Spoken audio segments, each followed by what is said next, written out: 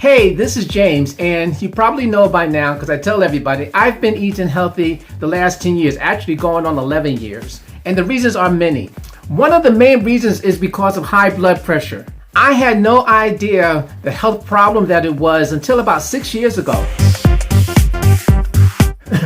Way before 6 years ago, my doctors had been telling me that my blood pressure was elevated, but I didn't worry about it because when I looked in the mirror, I looked fine and I did not feel like I was at risk of any type of heart attack. And the people around me, like family and friends, they have been telling me that they had high blood pressure, which I understood was worse than my elevated blood pressure. And they were taking their condition right in stride and as nonchalantly as I was with my elevated blood pressure.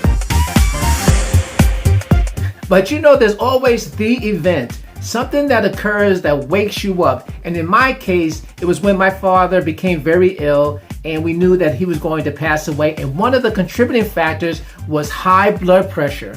Well, because of the serious nature of his ailment, I knew I was going to have to fly back east to go visit him. But before I did some reading and learned a lot about hypertension, which is high blood pressure. And I was devastated.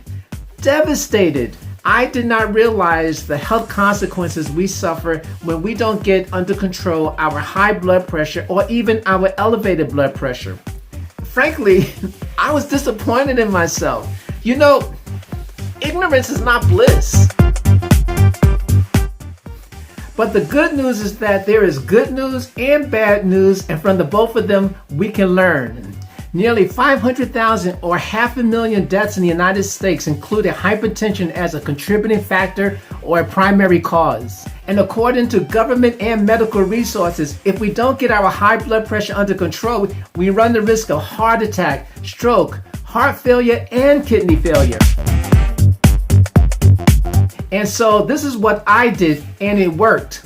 I was already eating healthy, but I realized I needed to kick it up. And so I went to the dietary guidelines that the government set up to make sure that I was hitting those minimum standards, and I found out I was not. To be more specific, I focused on the 5 dietary food groups that the guidelines set up, which are fruits, vegetables, proteins, whole grains, and dairy. In my case, I set up a goal. I wanted to improve my blood pressure status from elevated to normal, and I wanted to get it done within 4 months without medication. And here's the good news. I got it done in 2 months, plus I added another 30 days to make sure I can consistently keep my blood pressure within normal.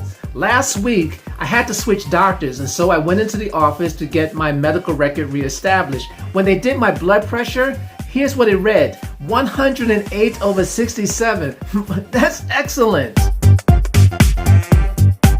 So here are some of what I do every day to help me keep my blood pressure under control.